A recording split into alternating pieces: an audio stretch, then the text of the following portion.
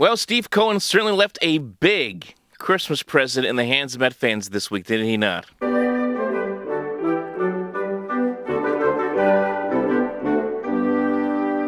Welcome aboard, everybody. Michael Cohen here with you. And boy, we got a lot to talk about here today. The New York Mets making some big news as they go out there and make a deal, a record-breaking deal, even for them, with Max Scherzer, the all-star pitcher, formerly the Washington Nationals and the LA Dodgers. They get him 3 years, $130 million. That is $43 million a year for a pitcher who, yes, will be 38 years old next July. Yes, he'll be 40, probably 41 years old by the time this contract ends. That's the only knock I can make on it. But is one of the best pitchers in baseball. And if Jacob deGrom is fully healthy, changes the entire dynamic, at least at the top of the rotation, 2 times a week for the New York Mets going forward for 20. Yes. Oh, boy. The Met fans are going crazy already. That's right, folks. You can hear them in the background. They're going nuts. They're going nuts here in the studio. They're going nuts, of course, on Twitter as the Mets get Scherzer in fold. But not only that, but you also have, of course, I don't know if Steve Cohen celebrates both Christmas and Hanukkah, but you get some Hanukkah presents there as well with the likes of Starling Marte, who's going to be your center fielder for he got a 4-year, $78 million contract. Eduardo Escobar, who's more of a utility infielder, could play a little bit of second, could play a little bit of third. He gets a 2-year deal. Canha, also formerly the Oakland A's, he gets a 2-year deal as well. Mets have spent over, just on those 3 guys, minus Scherzer, $124 million in payroll. Then you add Scherzer on top of that. And I saw a tweet from Joe Sherman saying that the Mets are going to leapfrog over the Yankees and the Dodgers for payroll just going into this year over $260 million. From that standpoint, it's something we haven't seen the Mets do in a very, very long time. The last time we really saw the Mets spend a ton of money like this on free agents, you have to really go back to the days of Omar Minaya when, they went out there and they got Carlos Beltran, they got Pedro Martinez, they followed up the next year getting Carlos Delgado and Billy Wagner. You have to go back to that time to really find the last time the Mets really went out there and spent a load of money on multiple players in free agency or even trade for that matter. That's what the Mets have done here. And I'll talk about whether this is going to work out long-term, the positives and negatives of this in just a second. The one big thing the big takeaway you get from this is this. Whether it works or not, it sends the message that Steve Cohen is not going to fool around.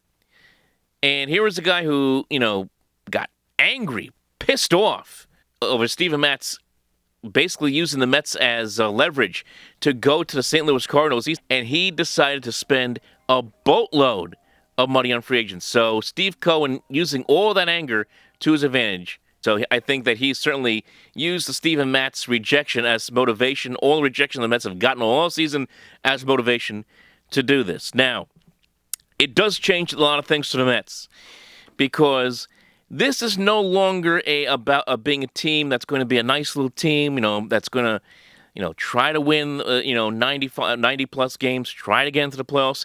This team now has to get to the playoffs. This team now has to go out there and win a World Series. When you have Jacob deGrom, assuming, again, he is healthy, and Max Scherzer at the top of your rotation, you have to go out there and win a World Series. There's no question about it now for the Mets. So now there's going to be a lot of pressure on this team. We still don't know who the manager is going to be.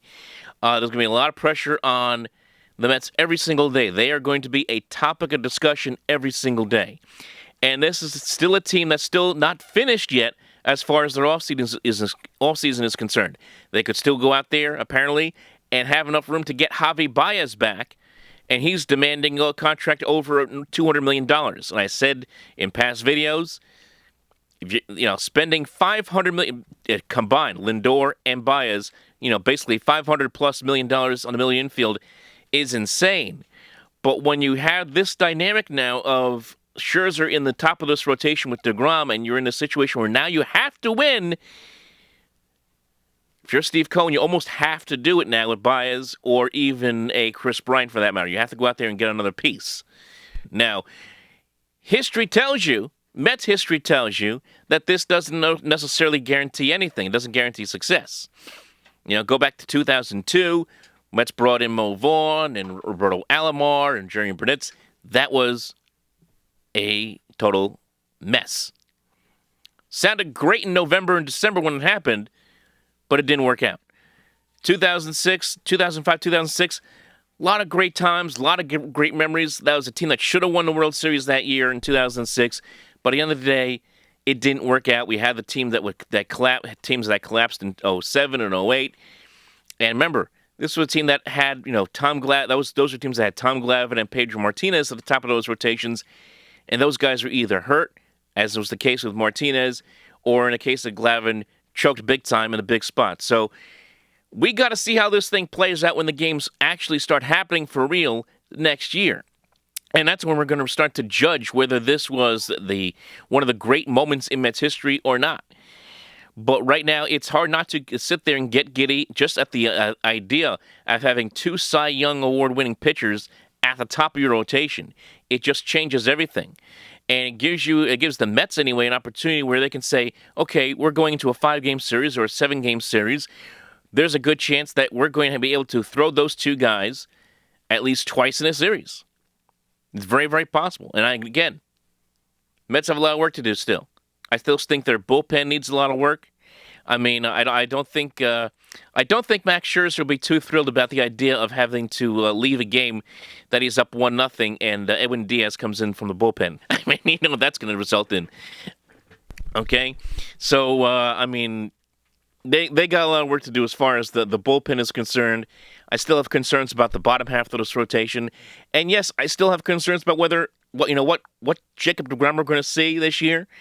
Does he have to change anything as far as the way he pitches, as far as velocity is concerned? And there's always going to be the question about age and about hitting the wall with Max Scherzer. That's always going to be a question there. Now, we'll see. This guy was 7-0 with the Dodgers second half of the year last year, had a 1.98 ERA.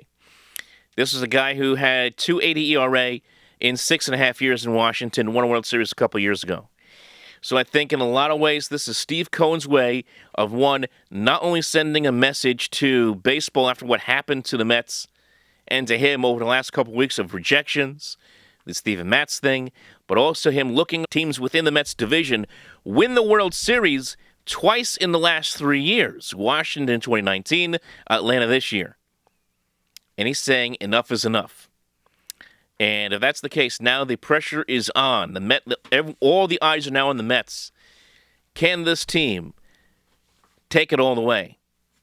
Can this team get another piece and have a good enough team that can win the whole thing? And we'll start to answer those questions over the next couple of days and weeks. Of course, this is all getting rushed now because of the pending lockout that's going to happen on Thursday, for that matter.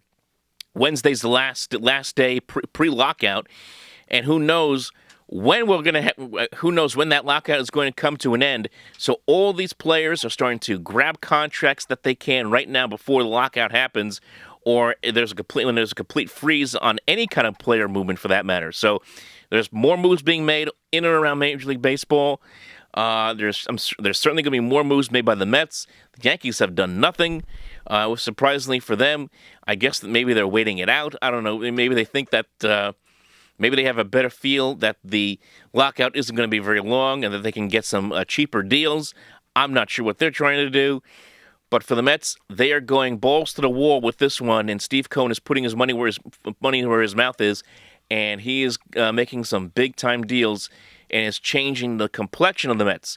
Whether that actually results in a difference on the field in wins and losses remains to be seen. But for a cold, chilly day in late November, going into December, it feels damn good to be a Met fan. But that's the way it always happens with the Mets. We'll see what happens if they can have that feeling going throughout the course of a summer and into a fall when it matters the most. And that is the biggest question, and that's when we will judge whether this move was one of the better moves the Mets have made in a very long time.